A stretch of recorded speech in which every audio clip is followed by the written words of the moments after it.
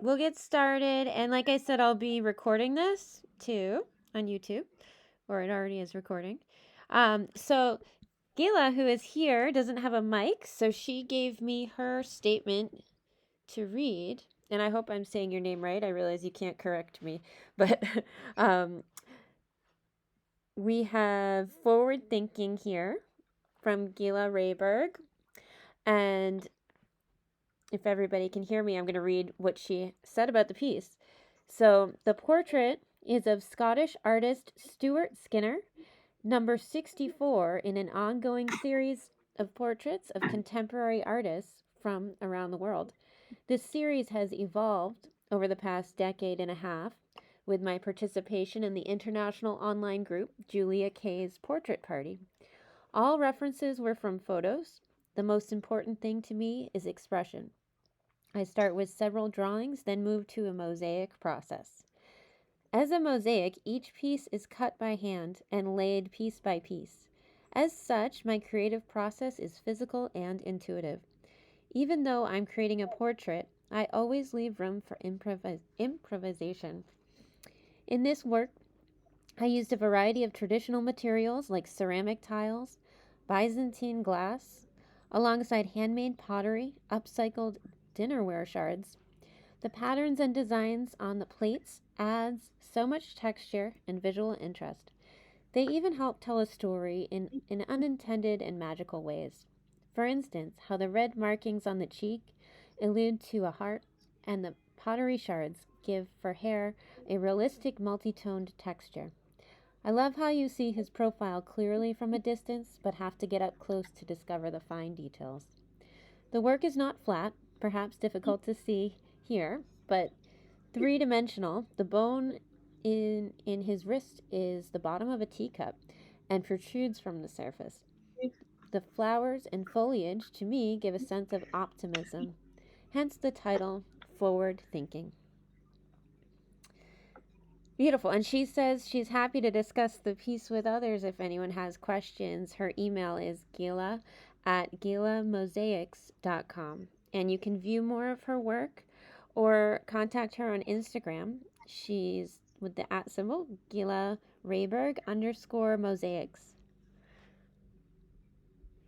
And I encourage you guys to get right up there if you haven't already. That's the cool thing about this is you can really actually see a good amount of detail for, being a floating head on your computer.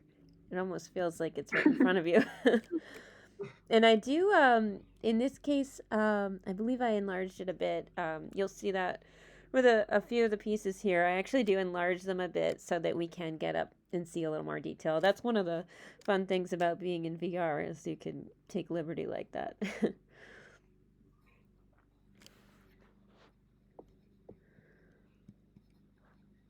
Beautiful. Did anyone want to say anything about it? I know Gila can't answer questions, but it might be cool to, if you had any thoughts. I'm so curious what she started with or how she starts her mosaics. But it's a longer answer. Yeah. Required. Yeah. I know. I think we'll have to connect with her on Instagram for some questions because I agree. It's very fascinating. I have much admiration for the way she works. I know how patient she must have to be to find the right piece, to everything to match up. Actually, when I was in Somerville, I was just saying I lived in Somerville. I think I was watching too much HGTV, and I tried to do a backsplash made out of wine bottles that was mosaic, and it was so challenging. And I realized partway through that I had to just commit, like there was no going back. But I cut myself up so many times. I wonder if she cuts. I wonder if she cuts herself up with these. Just really beautiful, intricate. Are these real tiles? Yeah, so it's a combination of tile and pottery, teacups, found objects. Wow, amazing. Yeah. I'm wondering about the text in the hand and the arm. I'm curious how she chose those pieces and if they're specific to this poet. She said this is a poet, correct? An artist. Well, let me Artist. pull it up again. Yeah, Scottish artist Stuart Skinner, who I'm also gonna have to look up after this. Yeah, I need to look him up. That's for Yeah, sure. it's so fascinating. I like too how she mentions, you kind of have two different experiences, the one from afar and the one from up close.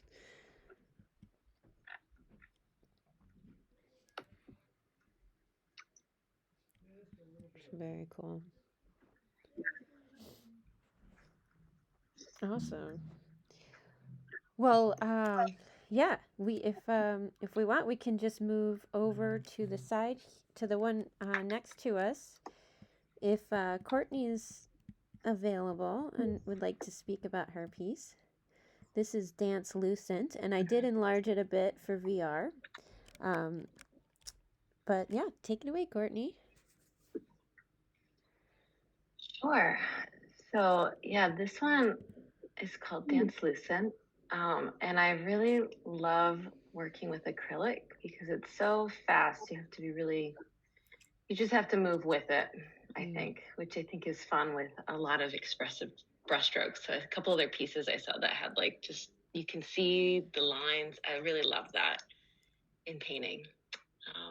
Yeah, so this is this piece, and I thought it kind of speaks to how she's practicing alone and how that can kind of feel like a mix of loneliness and a mix of solitude at the same time. So which one is it? And she doesn't have a face for that reason.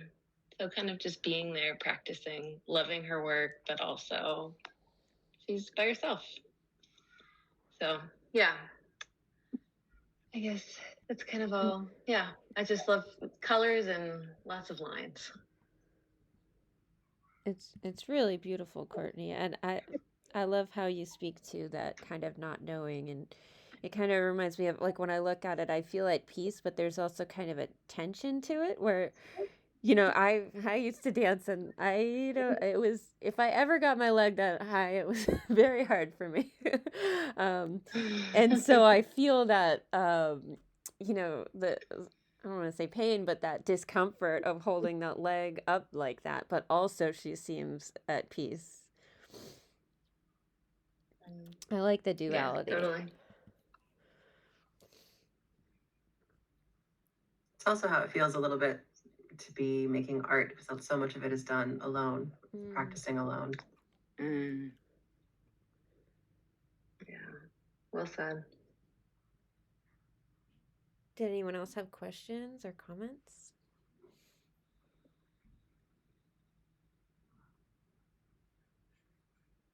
I love the way the light seems to move so that it too is dancing across the canvas. It's like a sense of movement, even though she's still.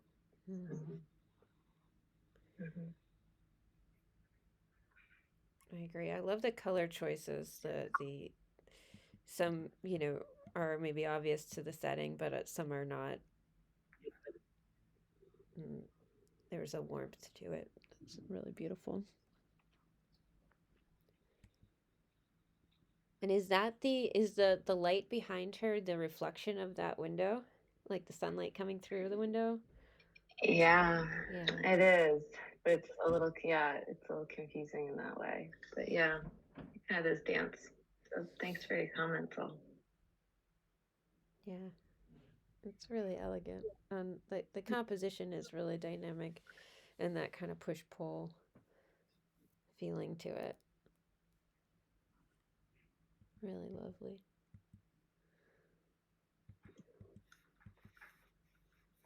Yeah, get right up there because you can see that the texture she uses is just glorious.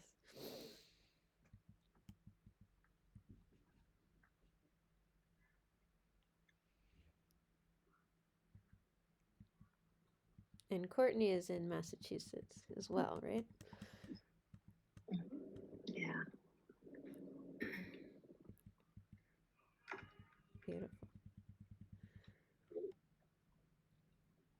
All right, and we've got,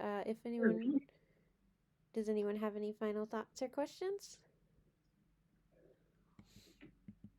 All right, so what we can do is move on to the next piece on the right, which is Terri Levine's. And she is joining us from Ireland, but used to live in Massachusetts. Yes, I went to college in Boston. I was living there again the last few years and just moved to Dublin last year. So I've been in Dublin in total for about 6 years. Oh, awesome. I can't quite manage to get my body into the right location here. Oh, That's okay. There we go. That's good enough. you got it? Okay. So I just want to say thank you to Danielle for choosing this painting for this wonderful show. I really appreciate it. And I also want to say how happy I am to see it exhibited with so many other really gorgeous pieces created by some very talented and hardworking artists. It's a great experience. So I thought this painting would be perfect for the theme source of light for two main reasons. My son is, of course, my own source of light. And as you can see, light plays a very important role in this particular image as well.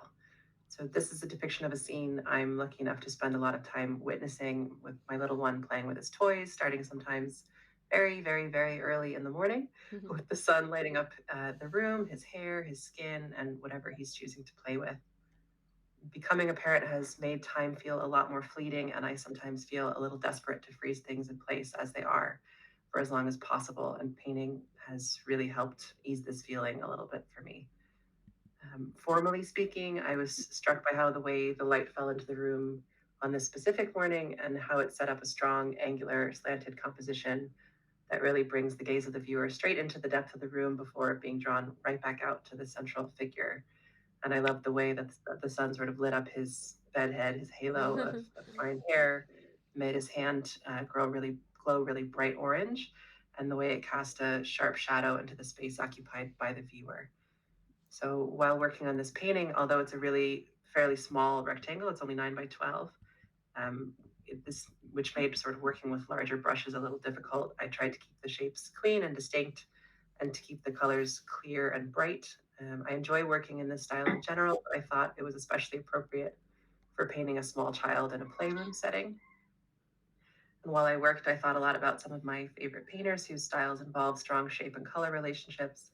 So I was thinking about Catherine Kehoe, Zoe Frank, Ewan Uglo, Jeremy Miranda, Felicia Forte, and Nicholas Uribe. And I also just had a lot of fun painting my son. I have his shapes and his colors memorized now, and it's a joy to put them down on canvas. Thank you again for including me in the show. I really appreciate it. Absolutely. Thank you, Terri. And yes, I did enlarge it here, but it's great to have it in the gallery as well. There is something really intimate about the small size, but it's nice to be able to get it right up here and see the details that you speak to. I love the bed head too. And I also have a 5-year-old, so I know all about trying to just like capture those moments. I mean, we all have phones, but there's something a little more permanent about doing a painting, right? And you get to sit with it for a little longer. Yeah, and it does feel like you're almost cheating time. Exactly. I love the detail and I love the binoculars because for me that just spoke on so many different levels, the way he'll see the world, how he'll grow up and look at the world.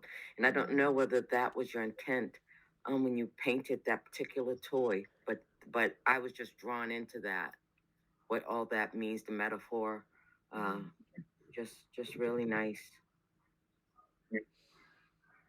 Yeah, it's really, I love too how it's like you can feel how the house is. Like there's the books and the exercise bike that's, maybe also doubling as, storing that's his things. stroller, his buggy, his stroller. Oh, At the okay. back. Yeah. Giant stroller. Yeah. I think there might be, and then a pile of coats as well in the back. I know it's sort of out of focus at that point.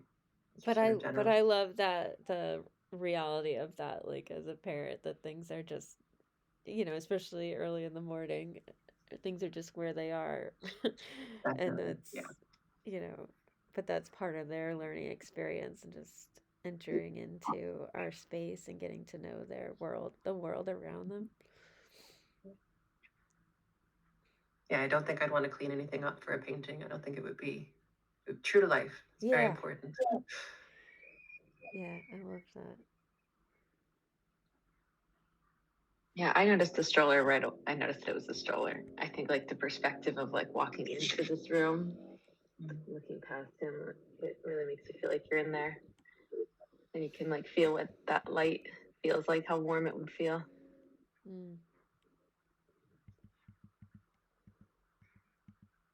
I also like the I mean, as you said, you didn't clean up or plan probably on the composition, but that there happens to be like little pops of red in a lot of different areas of the piece. Yeah, that worked out pretty nicely. I was noticing that more while I was painting it. Yeah, I didn't set anything up. He toppled over the basket and started playing with the toys as they were. Well, I did just sort of get very excited when the light struck in that particular way. That's when I got excited, just because it lit up kind of magically, and then the colors worked really beautifully. I love the sort of the ring of beads there, the pink and green and orange in the middle of the rug was just like on fire with how bright it was, and the purple through the, it's just a clear plastic sort of tube under his left hand, but with the lighting it lit up really purple, which was gorgeous. So yeah, in terms of like layout of each item, that wasn't intentional, which is nice. Sort of happy accidents. Yeah. Really beautiful. Well, thank you so much for sharing, Terri. Thank you.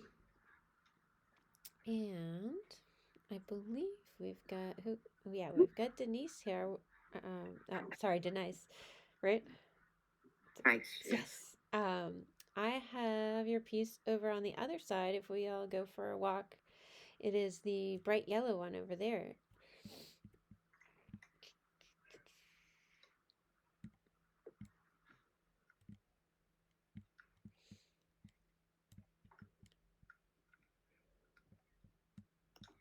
So beautiful. I've loved having this in the gallery, and it was really well received at the opening and those who have come in.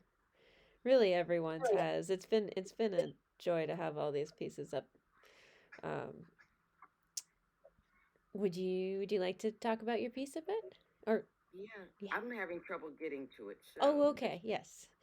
I'm going to talk without getting there. Yeah, you can take your time. Okay. I after hearing about Roe versus Wade being dismantled, I like a lot of women were upset about that. I have two daughters. They're grown. Um, and it took me a minute to grapple with the idea that something that had been working fine was suddenly taken away from women. On a personal level, so that I decided I would paint something rather than just to be angry. I thought it would be more.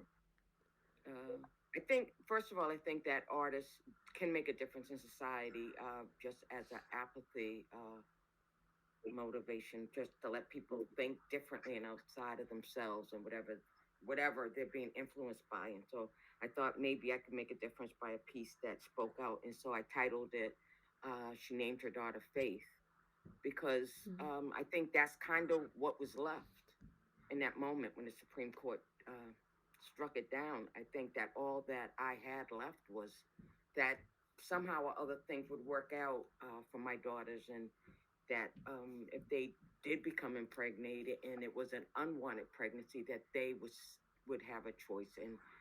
And I think without the law being in place, and at that moment when it first was dismantled, I didn't realize it was by state.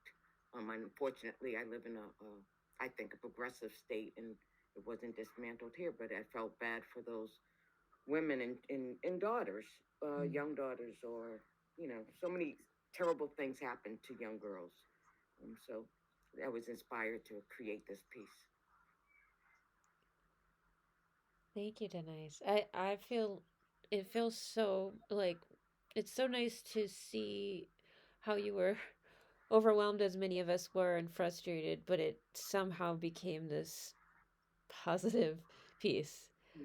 There's so much hope and this idea of holding a daughter and making sure she has what she needs when we can't always control what we can't control, Right. that comes from government, but we can put our faith in them and try to give them all the tools and love that we can. Just beautiful. And if you can get right up there, I love the detail of all the especially in the hair, in contrast to that free flowing brushwork in the dress, the blue dress, and the seat. Is it like a bench or Yes. yeah, Yes. you can just feel the earthy texture there. And I love the choice for the yellow and the sun being kind of a more playful, almost childlike representation. Yeah, I wanted to keep it simple. That KISS anagram acronym. Keep it simple. Thank you for including my art, Danielle. It meant a lot to me. I appreciate you. Absolutely. I'm so glad you found the call. I think what really is amazing to me is when I put out a theme like this, how different it can be interpreted, either literally or abstractly, or the kind of storytelling and the kind of prompts that each individual had to start a piece, and that they all go together, but have their own. They all bring their own special meaning, and I'm definitely grateful you applied. It's a gorgeous piece. Thank you. Thank you. Yeah. Did anyone have questions or comments? It feels so much more meaningful than it already did, knowing about the Roe v. Wade context for what went into creating it. I really appreciate that insight. I agree with Danielle. There is so much hope, and literally there's so much light in this painting, considering what sort of prompted you to paint it. That's really amazing that you were able to find that. Thank you. Thank you. Yeah, it's so expressive. It really just like radiates off the canvas.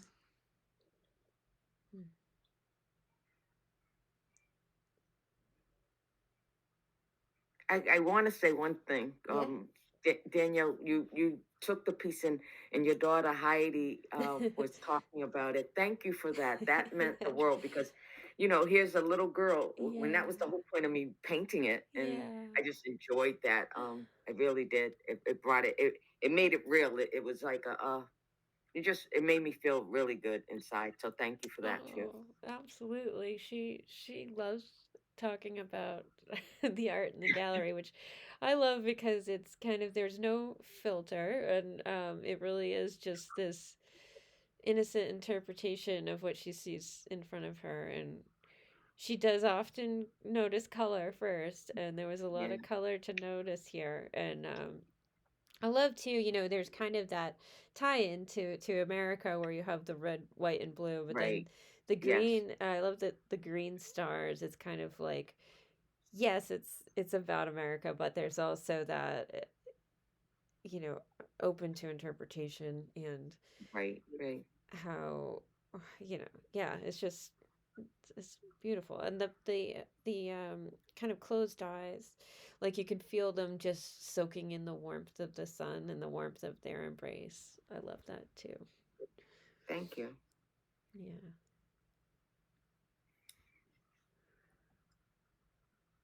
Really excellent.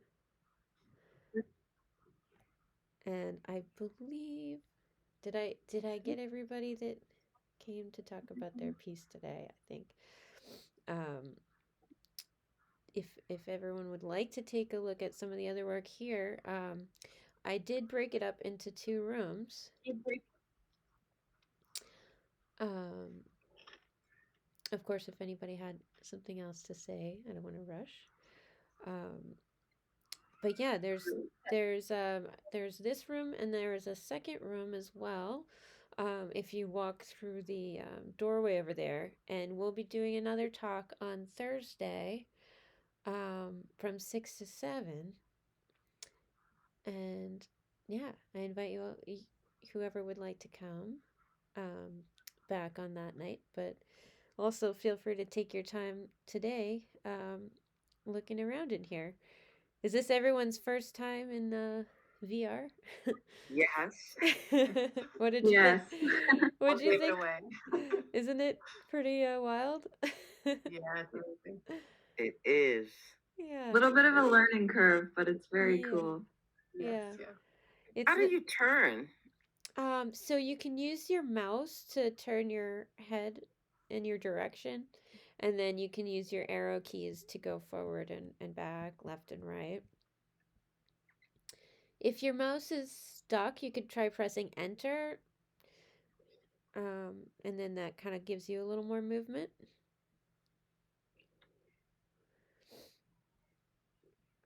It's so cool. Yeah, it's pretty wild, right? Especially, Terri over here is in Ireland and we're in the US and a little spread out. Gila is in Florida, and then I think the rest of us are in the Northeast, but I'm in my pajamas. And it's nice to just be able to pop in here and have a conversation. And thank you guys for being here and bringing your conversation together. And like I said, I'll be posting this on YouTube so we can share it with your audience or whoever you would like. And again, you're welcome to come back on Thursday, and we have some more people who will be speaking about work then. Cool. I love it. Yeah. Well, thank you guys so much. Thank you for having me. Yeah. For us. Yeah. Thank you so much. Absolutely. That's great. Yay. All right. Well, have